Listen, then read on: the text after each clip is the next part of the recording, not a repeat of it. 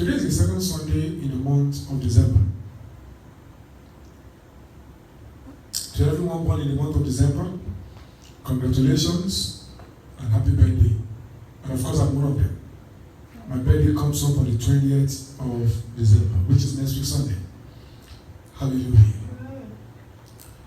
I want to speak to us today, and of course, you know that every second Sunday, I trust God to give us fresh anointing. I want to speak to us today on anointing for exemption. Anointing for exemption. As I was meditating in my heart and standing in God's presence for what He will want me to share with us in the area of the anointing, what came so strong to my spirit man is Psalm 23 verse 5. Psalm 23 verse 5. And so I want us to open our Bible to it. Psalm 23 and verse 5. The scripture says, "You prepare a table before me in the presence of my enemies. You anoint my head with oil. My cup runneth over." I'll read it again. "You prepare a table before me in the presence of my enemies. You anoint my head with oil. My cup runneth over." This is the testimony of King David. King David looked at his life. He looked back at his upbringing. He looked back at his beginning. He looked back at everything that has been happening to him from the time that he was born up till that time. And he wrote Psalm 23, depicting the Lord as his shepherd. But for the anointing sermon of today, we are going to major on verse 5.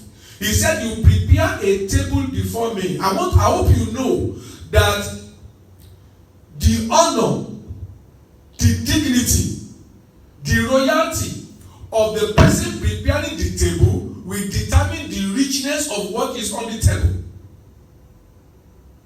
And to prepare a table is synonymous with hosting somebody in our modern day time. And when you want to host a person, if the person is important to you, you will bring out the best wine. You will cook delicious meal. You will make sure there are exotic things and fruits and different kind of desserts on the table. And you will make sure that there is ice cream and everything. Why are you doing that? Because number one, the richness of your table is a direct reflection of your honor. So you want to do your best with the quality of what's on the table. And number two, the richness of your table is a picture or a testimony to the person that you are hosting. And so as we are looking at this verse 5 of Psalm 23, I want you to cast your mind on that premise. I want you to cast your mind on the fact that when the Bible says that the Lord prepared a table before me. Now remember I said that the level of honor, the level of dignity, the level of wealth that a person has and commands will determine what he will put on the table. Why? Because the table is like a show of the person's honor. And the person that is preparing a table according to David is the Lord. And the Bible says the heart is the Lord, and the fullness thereof, the world and everyone that dwells in it. Now that scripture tells me that God has everything. God is a God of limitless resources. God is a God that whatever He needs, He will just take it. If it is not existing, He will create it. That is the kind of God that David is telling us about. And fortunately for me, maybe fortunately for you, if you're a child of God, that is the kind of God that is your Father. That is the Lord Jesus Christ. That is the kind of Lord you have. The Lord that has abundance supply of everything. The Lord that is rich in every good thing. And so when He prepares a table before you, you can expect to see long life. You can expect to see prosperity. You can expect to see good health. You can expect to see favor. You can expect to see breakthrough. You can expect to see abundant supply of everything that you need. You see, the person that prepares the table will want the fullness of his honor to be shown on the table. And the Spirit of God said, I should tell you that the Lord has prepared a table before you. Maybe I need to say this also. That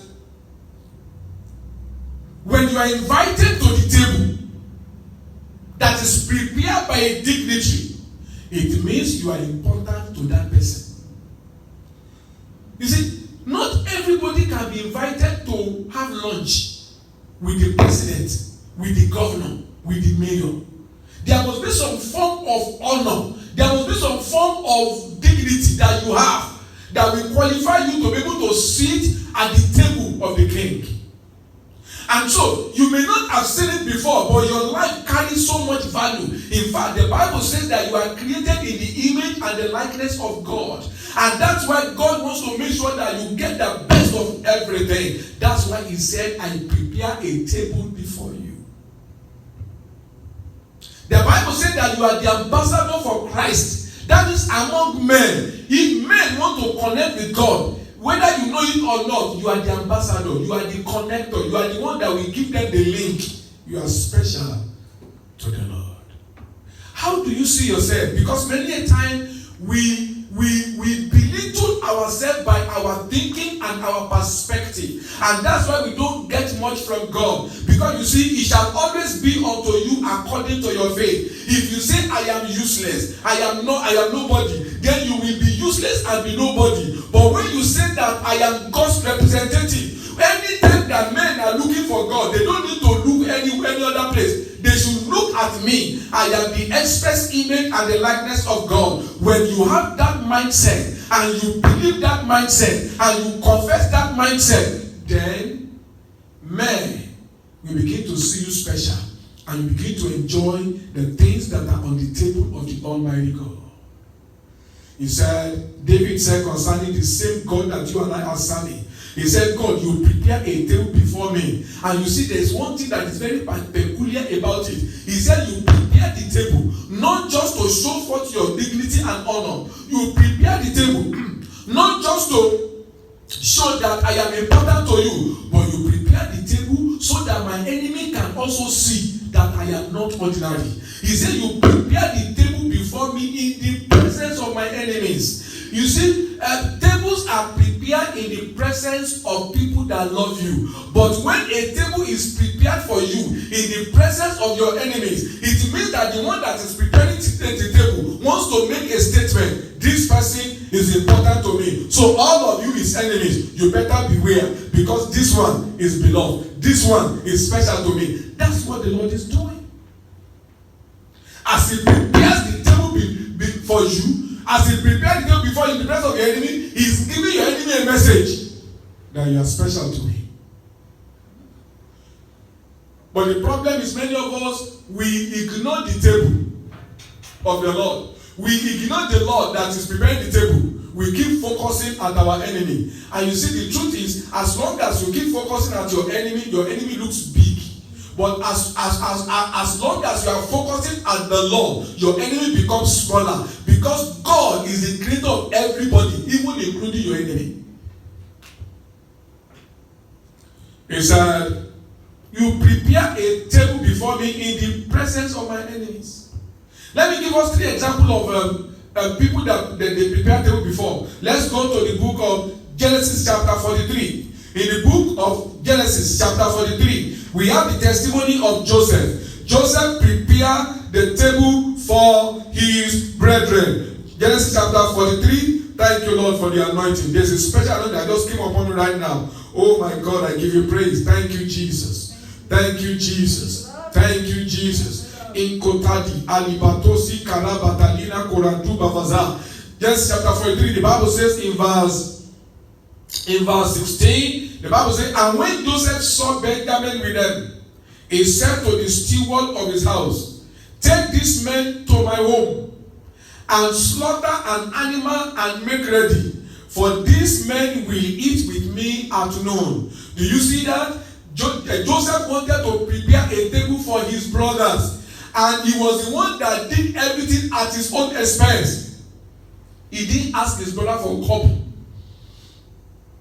When God is preparing the table before you, you don't need to spend your money.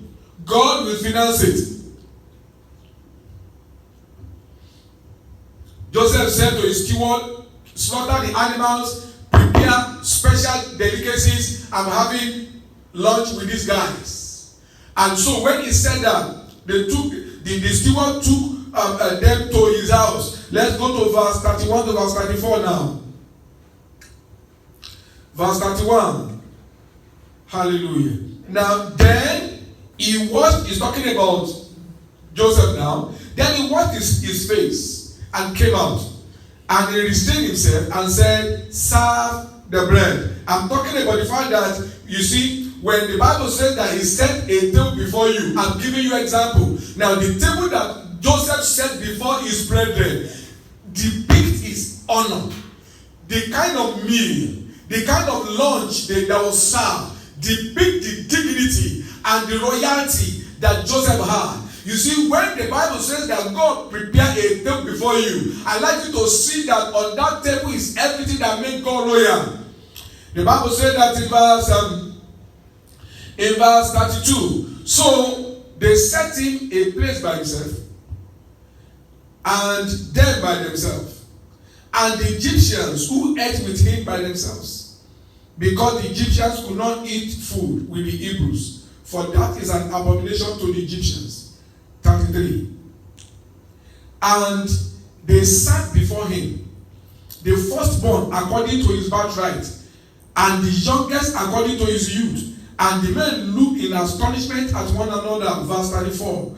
Then he took the serving to them before him. He was getting the portion of the food from his own table, and he was giving his brothers on their own table. Then he took the serving to them before him. But Benjamin's service was 5 times as much as others. So they drank and were merry with him.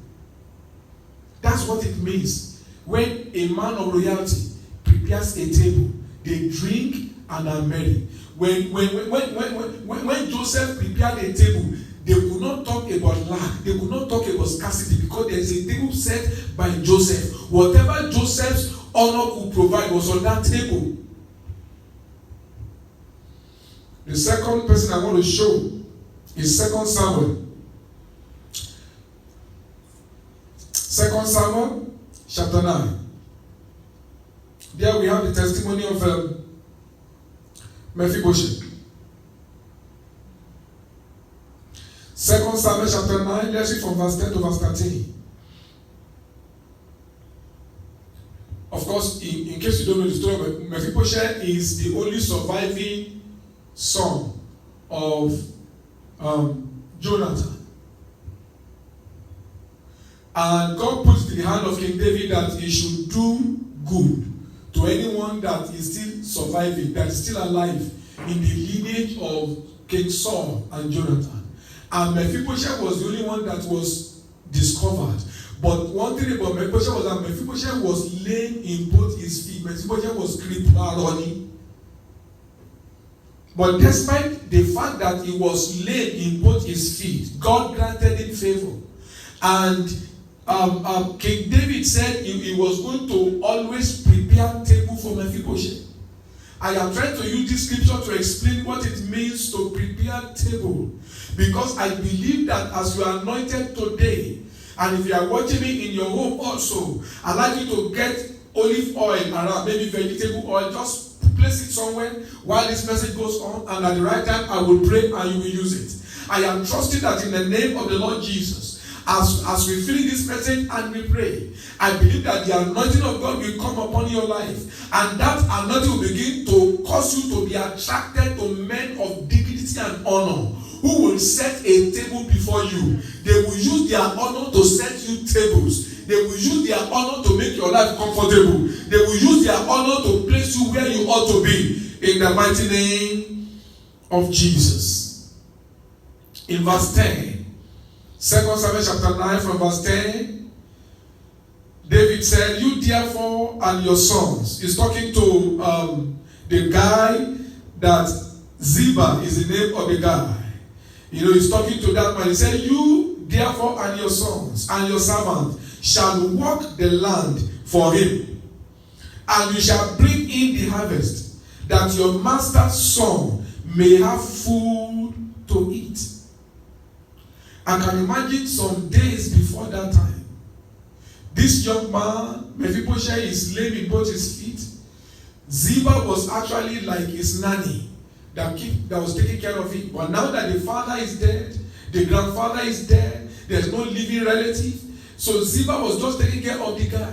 I can imagine Mephibosheth looking at himself sometimes and saying, my life is useless. No. The grandson of the former king, I'm not living in penury. I don't have nothing. But you see, what he did not know is that God has a plan to set a table before him. And that is what God asked me to let somebody know today. That you may have looked at your life and said, who am I? What am I going to amount to? Because I don't know nobody. But the Lord asked me to let you know today that as you are anointed today, there shall be a special arrangement that will keep the table before you all the days of your life from today. In the name of Jesus Christ. From one table of favor to another table of favor. From one table of honor to another table of honor. From one table of dignity to another table of dignity. That's why God will be taking you from one place to another. In the name of Jesus Christ. Amen. He said, I'll read verse 10 again. You therefore and your sons with your servants shall work land for him. And you shall bring in the harvest, that your master's son may have food to eat. But Mephibosheth, your master's son, shall eat bread at my table always. Now Ziba had 15 sons and 20 servants. Then Ziba said to the king, according to all that my lord the king has commanded his servant, so will your servant do. As for Mephibosheth, the king said, he shall eat at my table like one of the king's sons. Mephibosheth had a young son whose name was Micah, and all who dwelt in the house of Ziba were servants of Mephibosheth. So Mephibosheth dwelt in Jerusalem. There was a relocation because of the table that was set. The king said, Mephibosheth will eat on my table every day as one of the king's sons. So he ate continually at the king's table, and he was lame in both his feet. His weakness, his inability became non-consequential when the anointing came upon him. Because by that anointing that God gave him, that favor God gave him, he was located from one side, one outskirt of the town. He was brought to Jerusalem. Not only that, but he was brought into the palace of the king of Israel. Not only that, but he now received an unconditional pass that make him to always sit at the king's table and eat what the king and his sons eat every day. That's what I'm talking about. That's the thing God is giving to you. God will give you an unconditional pass from today. That unconditional pass will make you to bypass many that have gone before you. God will make that unconditional pass, that anointing, to position you into such a vantage position where you'll be getting the best of this land, where you'll be getting the best of wherever you are watching us from. In the mighty name of Jesus. He prepared a table before me in the presence of my enemies. I'm trying to emphasize the fact that God is the one that prepared table before his anointed. God is the one that prepared table before the people that he loves. And I want you to know that if you have given your life to Christ, the Bible says that what eyes have not seen, what ears have not heard, what has not come to the understanding of men, the thing that God has prepared for those that love him.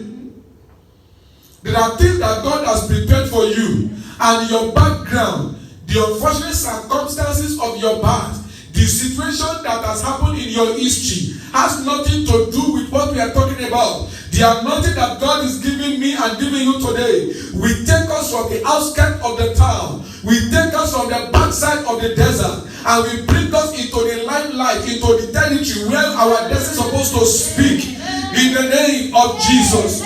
You will not only come to the city, but you will eat at the king's table. And that's not all. God said that your enemies will be watching, and there's nothing they'll be able to do against it. For when the way of a man pleaseth God, he makes even his enemies to be at peace with him. And the enemy that chooses not to be at peace with you and I, the Bible says that the Lord will cause the enemies that shall rise up against us to be smitten before our face. They shall come against us one way, but God that cannot lie said that they will fall and flee from us 7 ways.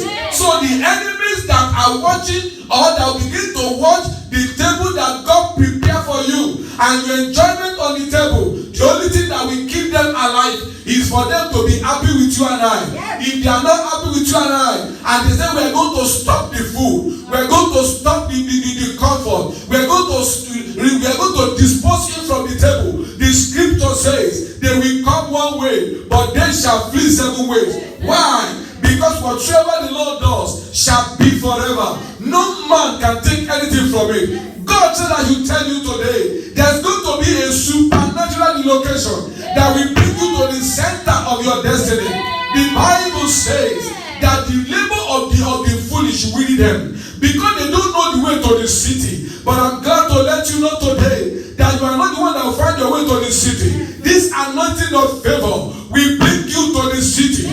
Not just bring you to the city, it will bring you to the seat of the kings. And your place and your own portion will be given to you. And whoever is angry with you enjoying your portion, God will deal with them in the name of Jesus.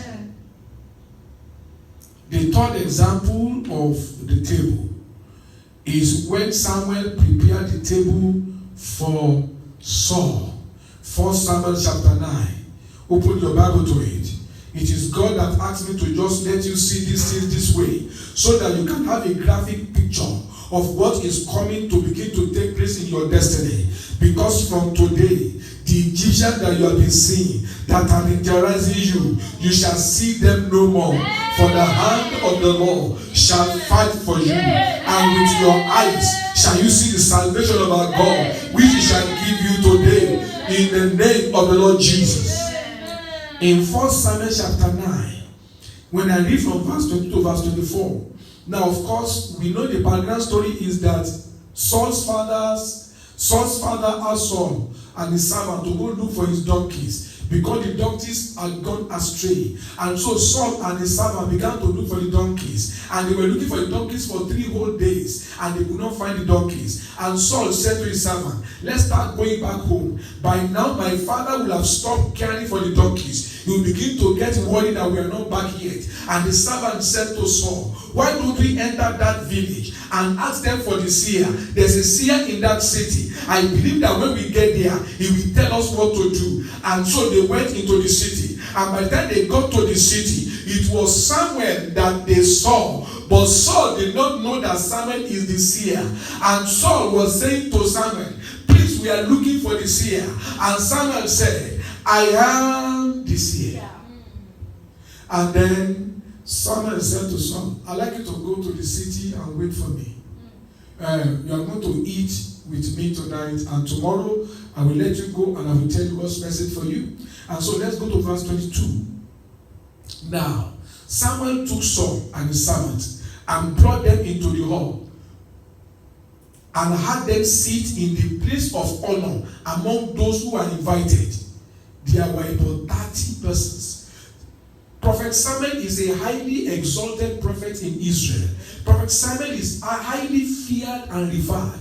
And as a matter of fact, he had already prepared a meeting, a guest, a banquet, and he has invited 30 people. But because God had told him that the next king of Israel is coming to meet him, so he told those who are arranging the chair, I'd like you to arrange some chairs on my right hand, because I'm expecting a guest. And so when Saul came, God said to Samuel, that is the man I'm talking about. So Samuel invited him to come and join him at the banquet. Let's go to verse 29. And Samuel said to the cook, I'm talking about when God set a table before you. Samuel already set a table because God told him the next king of Israel will come to you tomorrow. So Samuel told them when they are preparing the table, I'd like you to set some things apart on the high table. And in verse 29, I will read again. And Samuel said to the cook, bring the portion which I gave you, of which I said to you, set it apart. So the cook took up the thigh with its upper part and set it before Saul. And Samuel said, here it is. Here it is, what was kept back. It was set apart for you. Eat, for until this time it has been kept for you. Since I said I invited the people. And so Saul ate with Samuel that day. Even though, Saul did not know what was going to happen. But God has made Samuel to set a table, to prepare a banquet, and to set aside sumptuous meal for Saul. And this is what it means. When the Lord set a table before you, He will place it in the heart of men to prepare honor and dignity for you. Just like Haman did to Mordecai. Samuel said to the cook, I'd like you to set apart the shoulder and the thigh. There's someone that is coming and is special. Samuel prepared the table for Saul. And that's what it means when God prepared a table for you. He will make men to set apart the honorable part for your sake. And I decree over your life today that as you are anointed, in the name of the Lord Jesus, the prophet Samuel of your destiny, men that have the authority to create room for you, God will begin to connect their heart to you today. God will begin to connect their heart to me today. So that from now we shall begin to eat what is prepared for us, not what we labor for. In the mighty name of Jesus. Because my time is so fast spent. Let's go to the other side of the message, which is you anointed my head with oil. You anointed my head with oil. Now when your head is anointed with oil, it means that you are being set apart for something special, unique, and unusual. And the truth is that it's not every oil that matters. But what matters is that when the oil comes upon your head and the Spirit of God back it up, then that oil on your head becomes an anointed oil. And I'm glad to announce somebody today that there is a next level oil that is coming upon your head today as you are anointed in the name of Jesus. David said, you anointed my head with oil, and because of that I have overflow. I trust the Lord Jesus today that as the oil of God touches my head and your head, we shall enter into the next level. We shall enter into the next phase of our unusual provision, of our unusual abundance. In the name of Jesus. If you believe it, shout it, amen. Amen.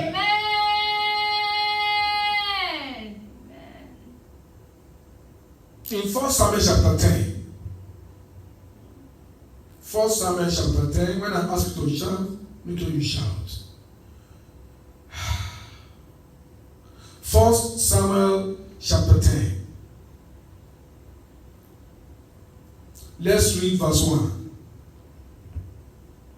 Then Samuel took a flask of oil and poured it on his head, talking about the head of Saul, and kissed him and said, is it not because the Lord has anointed you commander over his inheritance? You see, there are a lot of things that God has already set apart for you to have. There is room that God has prepared for you to enter into. But you need supernatural empowerment to be able to enter into it. That reminds me of what Jesus told the disciples when he was about to depart. He said, stay in Jerusalem. Don't depart from here until you be anointed with power from on high.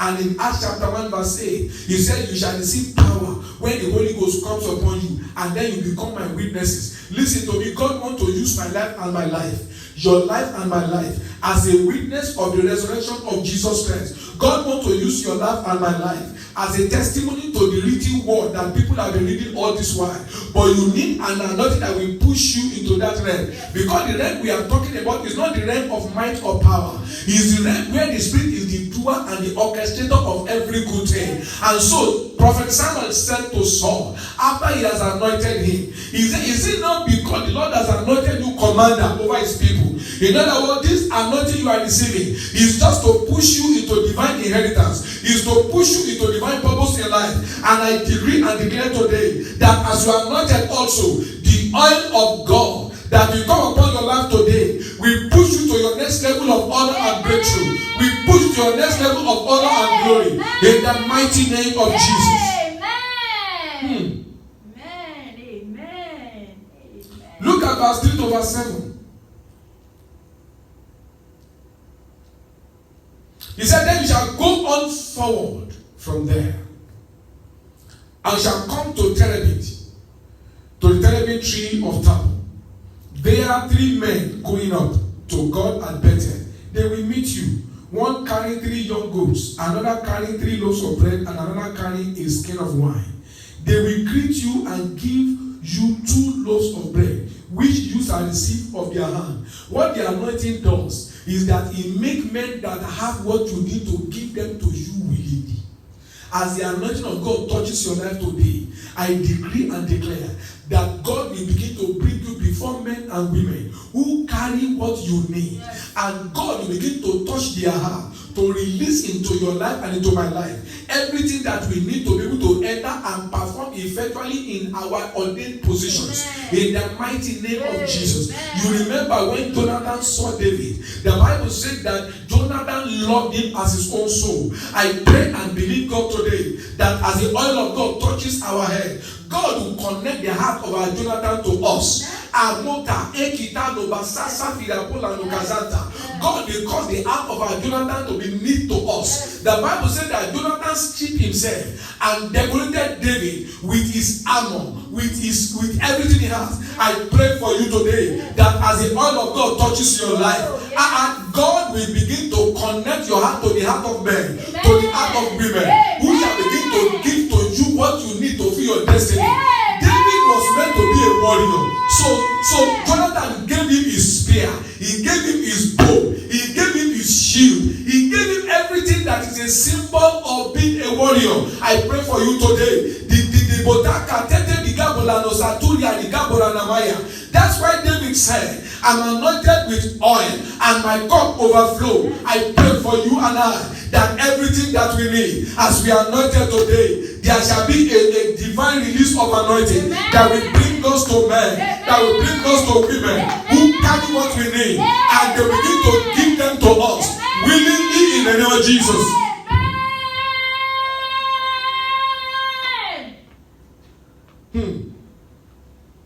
Verse 5. And after that you will come to a hill of God, where the garrison of the Philistine is. And it will happen, when you have come to the city, that you will meet group of prophets coming down from the high place with string instruments, a tambourine, a flute, and a harp before them. And they will be prophesying. Then the Spirit of the Lord will come upon you, and you will prophesy with them and be turned into another man.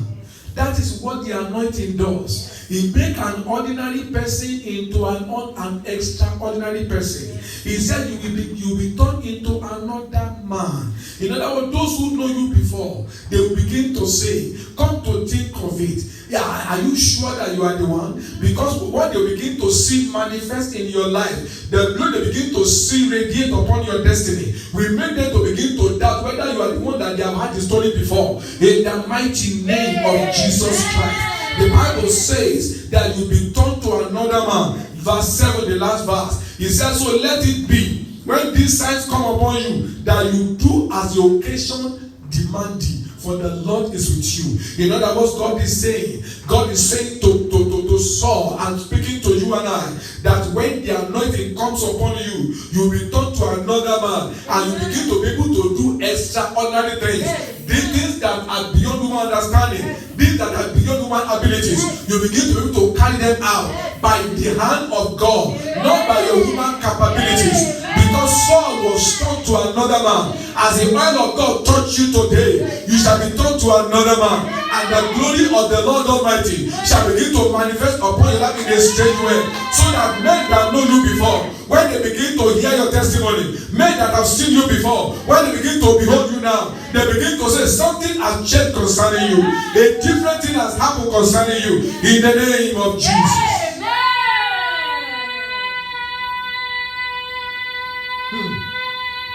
Hallelujah. In 2 Kings chapter 9, let's go there. That's the third scripture I want to give you concerning being anointed with fresh oil. Being anointed with fresh oil. Don't forget I said he will turn into another man. 2 Kings chapter 9. I want us to read from verse 1 to verse 13. Talking about Jehu. Jehu is one of the commanders of the army.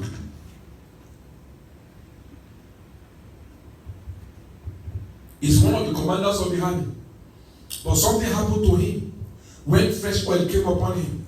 And the same thing will happen to you from today. Amen. In the name of the Lord Jesus Christ. Amen. The Bible says, and Elisha the prophet called one of the sons of the prophet and said to him, get yourself ready and take the flask of oil in your hand and go to Ramoth Gilead. Now when you arrive at that place, look there for Jehu, the son of Jehoshaphat. That is me that God is talking about. I don't know about you. The son of Nimshi. Go in and make him righteous from among his brethren. You see, he was sitting among his associates, among his brethren, and take him to an inner room. Then take the flask of oil and pour it on his head and say, thus saith the Lord, I have anointed you king over Israel. Then open the door and flee and do not delay. So the young man, the servant of the prophet, went to Ramoth Gilead, and when he arrived there, there were captains of the army sitting, and he said, I have a message for you, commander. Jehu said, for which of us? Because he was not the only commander. He was among his compatriots. He was among other commanders. And he said, for you, commander. Then he arose and went into the house, and he poured oil on his head and said to him, thus said the Lord God of Israel, I have anointed you king over the people of Israel. Over the people of the Lord, over Israel. You shall strike down the house of Ahab your master, that I may avenge the blood of my servants, the prophets, and the blood of all the servants of the Lord at the hand of Jezebel. Hallelujah. Yes. For the whole house of Ahab shall perish, and I will cut off from Ahab all the male in Israel, both bond and free. Verse 9. So I will make the house of Ahab like the house of Jeroboam, the son of Nebat, and like the house of Baasha, the son of Ahijah. Verse 10. The dog shall eat Jezebel on the broad ground at Jezreel, and there shall be none to bury her. And he opened the door and ran. Verse 11.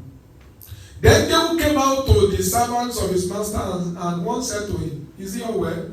Why did that madman came to you? And he said, you know the man and his babble.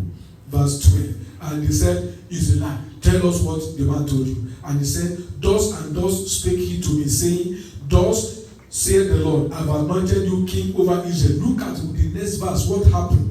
Because that is what will begin to happen to you from after this moment. Yes. In the name of the Lord. Yes. Then each man hastened to take his garment and put it under him on the top of the step. And they blew the trumpet, saying, Jehu is king. The fresh anointing supernaturally elevated Jehu from among everybody to the top. In fact, there was no contest. Nobody was angry with his positioning because of the anointing. Supernaturally, everybody's heart just accepted that Jehu must be the next king. I am prophesying over your head and my life today that by the anointing that we are receiving today, the hand of God is pushing us up. And everyone that has been our contemporary before, all of them will agree with the voice of the Lord. Just like they gather together and they all remove their garment as a sign of submission, and they shouted, Jehu is king. In the same way I command that in the name of the Lord Jesus, from this very moment, there shall be supernatural acceptance among our colleagues for the honor and dignity that God is giving us. For the new level you are going, they will willingly bow before you. In the name of Jesus. But before we pray and take the anointing, if you are watching us by whatever means, I'd like you to get, if you have a bottle of oil in your house, get it. If you don't have a bottle of oil, I'm sure you have vegetable oil, just get a little portion. I'm going to pray on it. And I believe as I pray, the Spirit of the Lord will come upon that oil. And as you anoint yourself, everything that I have spoken in the name of the Lord shall be transferred into your life and shall begin to manifest for you. In the book of Hebrews chapter 1, because every time I talk about the anointing, I am always very quick to remind people that you see, the anointing can be very deceptive. What do I mean by that? When God anoints you with something, with an honor, don't take it for granted. Be living for God. Because if you don't live for God, just like Samson, the spirit will stop manifesting and demons will take over. So the only thing you can do to make sure that you are still operating under the anointing for all your life is Hebrews chapter 1 verse 9. He's talking about Jesus. He said, you have loved righteousness and you have hated iniquity, sin, lawlessness. Therefore God, even your God, has anointed you with the oil of gladness above your fellows. Everyone that is desiring the anointing must be determined to live by righteousness. By righteousness, kings reign and places decree justice. There is no way the anointing of God can keep working in your life if you are not living by righteousness. I know that you can't live by righteousness of your own, but God has given you the gift of righteousness, and He has given you His anointing so that you can be able to walk as a child of God. And any power that is working against your life, any spirit of sin, any hold of sin, that is like a stronghold that is holding you down, that is making you to have guilty conscience every day. Hear me now, I speak to you, that spirit of sin. I command you to break your hand loose from that fellow. In the name of Jesus. Yes, I speak to you. I command you, demon of darkness, you demon of infirmity. I command you to get out of their life. In the name of Jesus. From this day, these ones are released to serve the Lord in spirit and in truth. And so shall it be. In the name of the Lord Jesus. Now bring out the oil that you have. Just bring the oil out now. I'm going to pray. To those of us who are here, I'm going to pray on this oil. And it shall be turned to the anointing for fresh oil. Lift up your heads, O ye gates. Be lifted up, ye everlasting doors. Let the King of glory come in. My Father, by faith I put my hand into this oil. And by faith I touch the oil of everyone that believes this message, who already have the oil with them. By faith I put my hand into their oil, and I declare this oil as an anointed oil from above. And I pray and I decree that as this oil touches us, O God, let there be the testimony of Psalm 23 verse 5 in the name of Jesus, that the Lord prepare a table before us. Lord, I am asking, as this oil touches us, begin to raise men, begin to raise women who will be preparing tables before us, tables that will dignify us, tables that will set us apart from other men. We receive it as this oil touches our head in the name of Jesus. And Lord, just like David said, that you anointed his head with oil and his cup overflow. I have shown your people, oh God, what it means to be anointed. And I pray that in the name of Jesus, as this oil touches our head, I mean this anointed oil, I pray, oh God, that our life shall become a new life. Our life shall become a special life. Everything we do, oh God, shall begin to reflect supernatural touch. Just like Saul is turned to another man when the Spirit come upon him, in the name of Jesus. In the same way, oh God, ekuta bia to la lekeke kere boraro katasanda namaha metubia to kuta nikaba shere kete dikabo vazaziva zorano moto dukabo la lukaturia. Lord, I pray that in the name of Jesus, you anointed David. We didn't even check that scripture because of time. You anointed David. And after he was anointed, then the king had a problem that needed his gifting. As many as are anointed today, I decree over your life that the king that have been ordained to honor and promote you, they will begin to develop situations that will require your gifting. And as you go to serve them, they will honor you with their honor.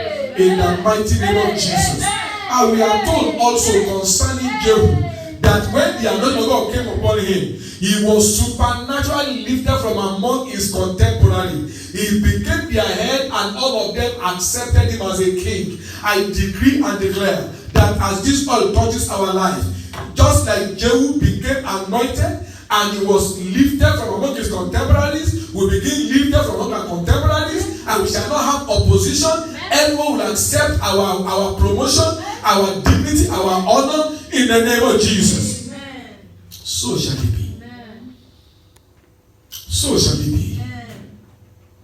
So shall it be. Amen. That we are anointed with fresh oil Amen. and our cup run over. Amen. In the name of Jesus. Amen. Touch your head, the center of your head with that oil. Something has happened. You take and touch your head also. Touch your head with it and begin to pray in the spirit. Tedigola, Zatalika Bovazuze, Vejeketedika Babuzando Lanama, Mamprofranimo Zatoria. There's a shift going on in the spirit now. Medeketo, Alokabaha, Shantadika Babuzatule, E Prevere Boraruga Tata, La Gatadika Babuza, La Gatadika Babuza, La Gatadika Babuza, La Gatadika Babuza, La Gatadika Babuza, La Gatadika Babuza, La Gatadika Babuza, La Gatadika Babuza, La Gatadika Babuza, La Gatadika Babuza. There is a shift in the realm of the spirit right now. Etetedika Tola Roba Zatala, Le Kabavaza Kataria Dikoba, Benjuba Vazanta Dinamone, Le Ketete Dika Vazanga, Ekatadi Gaboraruga Tanima, Jatadi Gabovazala, Reba Yagatalia Dinoma. Let it be to us, Lord, from this day, according as your word has proclaimed today. In the life of everyone that watch this telecast, in the life of everyone in the service today, in the name of Jesus, in Tomaz Yatona Nomayaba, let this anointing service, Lord, be another service with a difference, another service with a supernatural shift. In the name of Jesus, it is done, Father, and I give you glory and praise, Father. Thank you, Lord. Blessed be your name, because the heart of our benefactors are connected to us. Just like Jonathan, yes, Lord, they begin to be connected to us by the anointing. To you be all the glory. Our enemies have nothing except to favor us, because the Lord has set a table cannot be stopped. Tinda, Afulani, Atuka, Liba, Fusanabaya. Look at me. If you are watching us right now and you have not given your life to Jesus, you are not eternally secure. You can be anointed, but like I said in Hebrews 1:9, you need righteousness. And Christ, the Bible said that he that knew no sin, he became sin for us, that we might become the righteousness of God in him. You see, the only way you can become the righteous person is when you accept Christ into your life. And therefore, I want you to accept Jesus into your life today. Thank you, Lord Jesus. If you are there and you want to accept Jesus, please stand upon your chest and say this with me. Say, Lord Jesus, I give my heart to you today. Come into my life. Become my Lord and become my Savior. From this day forward, I am yours completely. Thank you for saving me. In Jesus' name. If you have prayed that prayer, you are now born again. Congratulations. I want you to do 3 things. Get a Bible and start reading from the book of Matthew. At least 1 chapter a day. So that you can begin to know the things that God is saying concerning you, how you are supposed to live your life, the things you are supposed to be doing, and the things you are not supposed to be doing. The second thing, get a Bible-believing church and begin to attend. Why do you need that? 2 reasons. The Bible says, as a newborn babe, desire the sincere milk of the word of God, that you might grow thereby. You need the word of God to grow. And it is in the house of God that you can be taught the word of God. The second reason is that the Bible says that don't forsake the assembling of other believers together. You need to begin to associate with other believers so that you can begin to mix up with the community of believers and begin to get blessed by them and use your gift among them. They are not perfect. The church is just like hospitals. Different people with different sicknesses, but everybody comes so that the Lord can touch their life. So don't expect perfection. Don't be discouraged when you see anything that anybody does. Just stay there and worship God and do whatever you can to help other people. And if you're in Houston, Texas, I'd like you guys to be a part of our church family. Our address is Grace Ministries International, 11214 Plainfield Street by West Belfort, Suite D, Houston, Texas, 77031. As you join us, you will see God in a special way. And the third thing to do, you need to tell someone you are born again. Tell your wife, tell your husband, tell your friend, tell your parents that now you are a child of God. Congratulations for the fresh anointing. I believe, God, that your life shall be the testimony of this message very soon. In Jesus' mighty name. God bless you. God bless you. And God bless you.